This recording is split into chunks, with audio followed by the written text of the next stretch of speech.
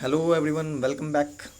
The subject is management and the unit is fifth, that is financial management, in which we will discuss an interesting topic or point you can say of fifth unit, that is financial management. Before we talk about the core, that is our today's topic, we come over the syllabus of SBT. As per your syllabus, we have we have fifth unit, that is financial management. We already discussed about 5.1, that is financial management objectives and function. क्या मतलब है? Objectives of financial management and functions of financial management we already talk about. Today's topic is 5.2, that is capital generation and management, in which we will discuss types of capital only. After this videos or this lecture, we conclude the 5.2 capital generation and management with source of raising capital. Okay. If we summarize this, then capital generation and management concluded by two videos, or you can say two lecture. Okay.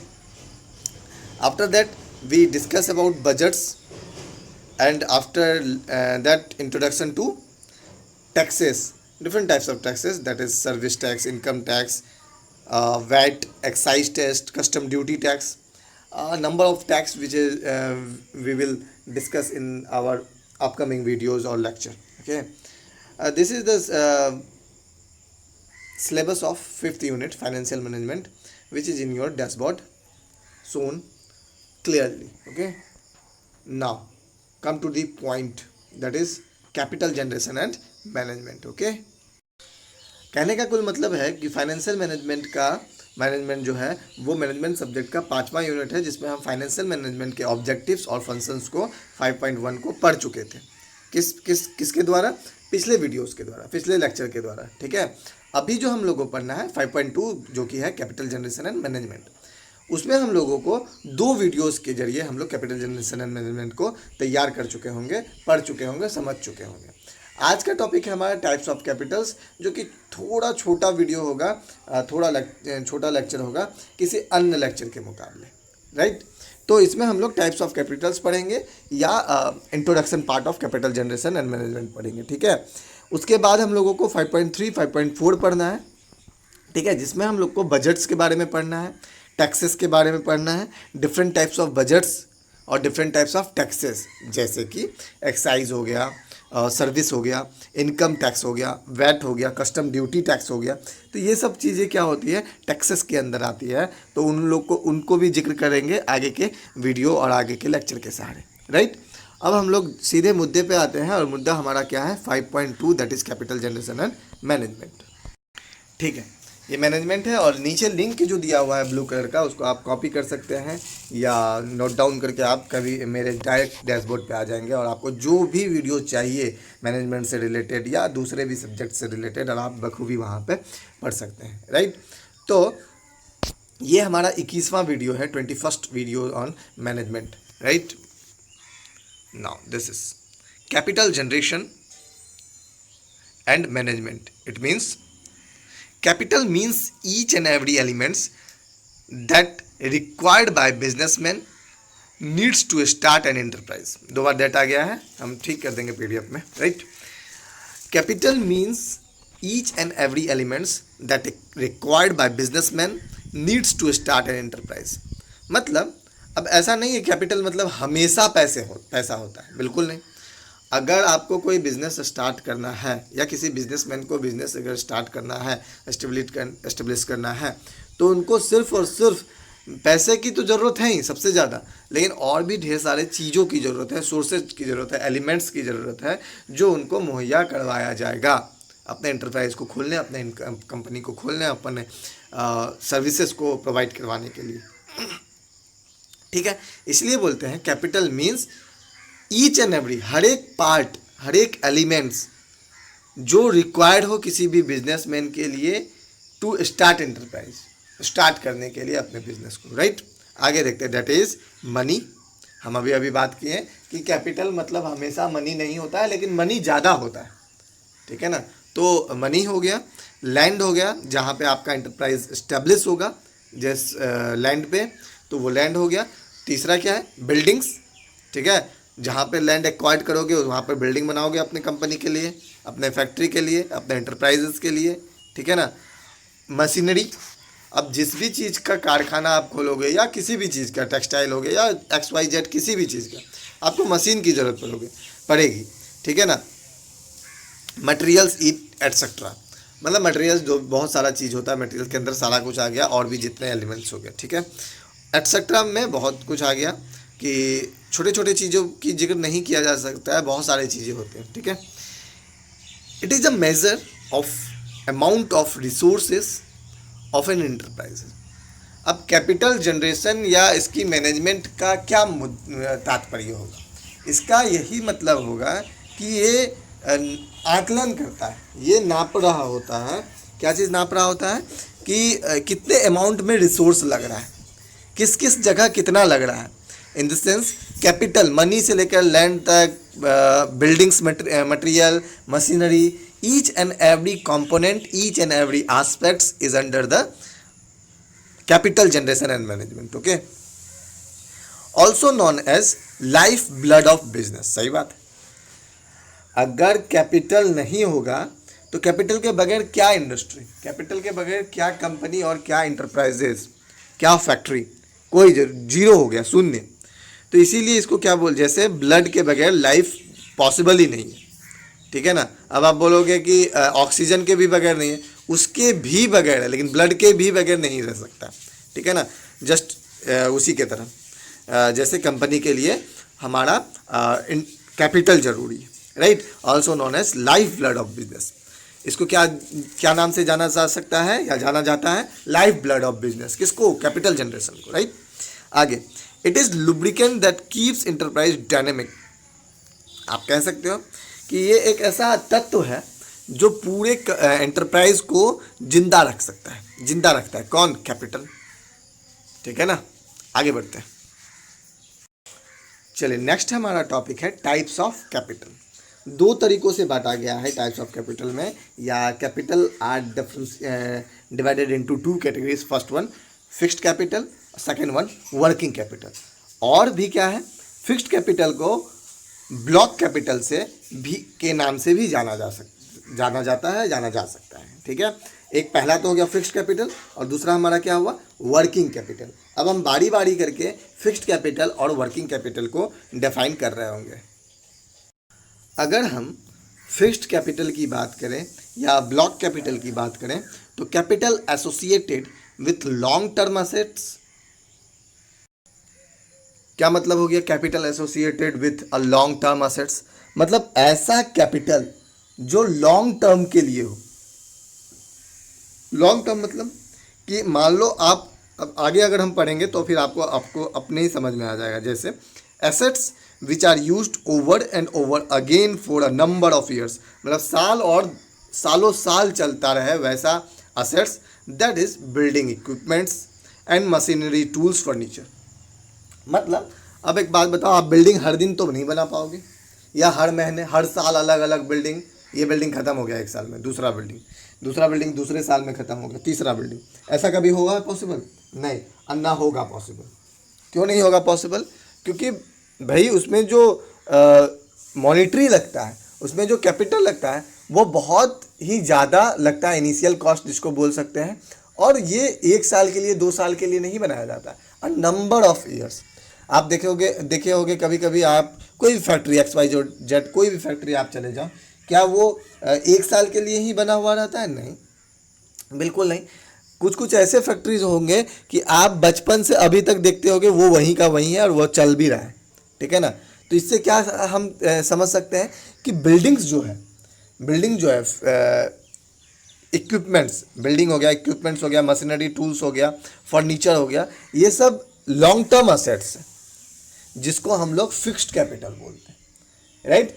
उसको क्या बोलते हैं हम लोग? Fixed capital बोलते हैं, right.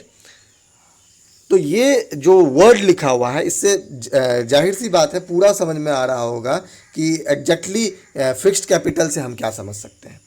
एक बार और पढ़ देते हैं। Capital associated with a long term assets, जो बहुत दिनों के लिए तैयार किया गया जाता है किसी भी कंपनी के लिए, किसी भी एंटरप्राइज के लिए।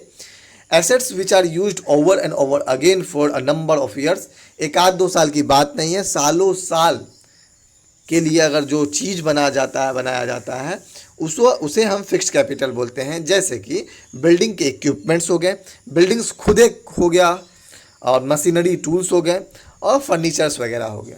ये सालों साल के लिए बना हुआ रहता है, इसलिए हम इसको फिक्स्ड कैपिटल के अंतर्गत या फिक्स्ड कैपिटल्स के नाम से जानते हैं। राइट, आगे बढ़ते हैं। आगे है हमारा वर्किंग कैपिटल। ये दूसरा अगर डिवीजन की बात करें किसकी, हमारे कैपिटल की, तो पहला तो हमारा हो गया फिक्स्ड, ठीक है, और दूसरा हमारा क्या हो गया, वर्किंग। अब वर्किंग कैपिटल क्या होता है देख लेते हैं।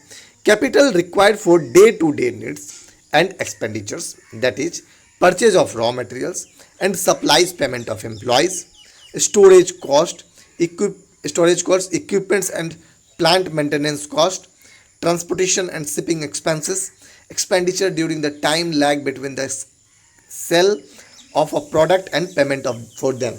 मतलब क्या हो गया, कुल मिलाकर क्या हो गया कि अगर कैपिटल रिक्वायर्ड होगा, वर्किंग कैपिटल में क्या हो गया, capital required for a day to day needs. Day to day needs मतलब कि हर दिन दिनचर्या में जो चीज़ यूज होता है, क्या यूज होता है हम आगे चर्चा करेंगे।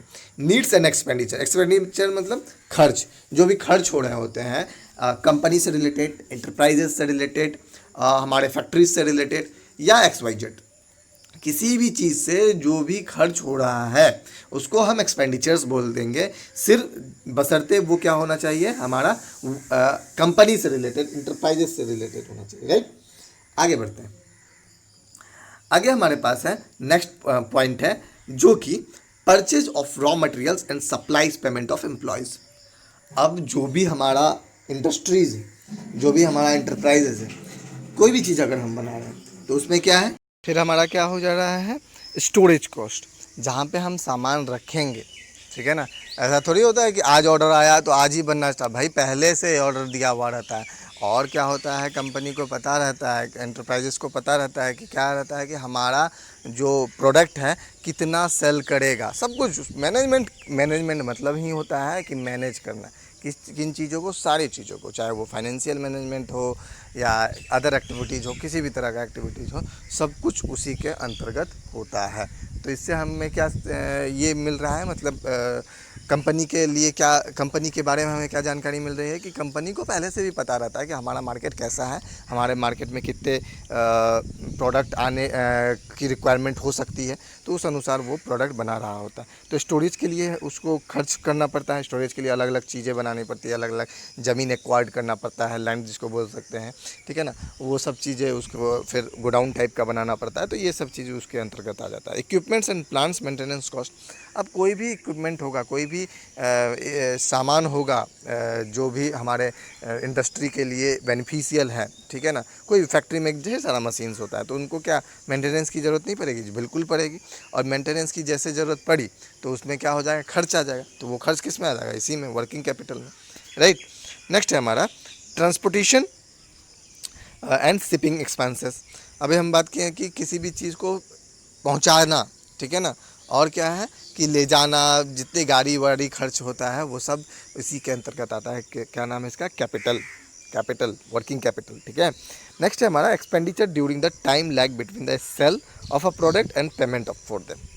मतलब अब ऐसा नहीं है कि प्रोडक्ट आज गया ट्रांसपोर्ट होके और पैसा आ गया आपके अकाउंट में, ऐसा नहीं, ठीक है ना।